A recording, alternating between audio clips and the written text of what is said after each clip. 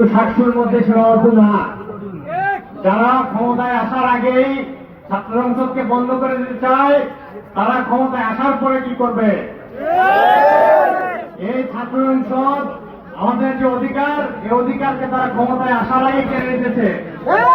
তারা ক্ষমতায় আসার পর তো আমাদের গলা চেপে ধরবে, আমাদের আওয়াজকে স্তব্ধ করে দেবে। এজন্য আমাদেরকে সারা বাংলাদেশের ছাত্র সমাজকে এর বিরুদ্ধে রুখে দাঁড়াতে হবে। সাকসু বন্ধ হলে আর কোন ছাত্র সংসদ তারা হতে দিবে না। এটাকে তারা টেস্ট কেস হিসেবে নিয়েছে। এই টেস্ট কেসে যদি তারা বিজয়ী হয়, তাহলে অন্যগুলোতেও তারা বিজয়ী হবে। এজন্য আমরা সারা বাংলাদেশের সকল ছাত্র জনতাকে সাকসু আদায়ের দাবিতে মাঠে নেমে আসার আহ্বান জানাই। আমাদেরকে কোন তন্ত্রমন্ত্র দেখিয়ে, আইনের মারপেচ দেখিয়ে সাকসু বানচাল করা যাবে না।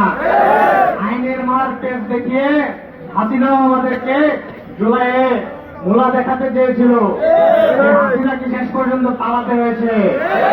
বাংলাদেশের আইন কিভাবে কাজ করে আমরা তা জানি। সুতরাং আমরা সকলকে আহ্বান জানাই, যারা আইন আদালত বুঝেন তাদেরকে আহ্বান জানাই, আইন আদালতের মারপেচে শিক্ষার্থীদের অধিকারকে হরণ করবেন না। তারা যথাসময়ে শিক্ষার্থীদের দাবি মেনে নিয়ে সাকসুকে পুনর্বহাল করেন। আমরা আগামীকালকেই সাকসু চাই, সাকসু আদায় করে আমরা ইনশাল্লাহ ঘরে ফিরব।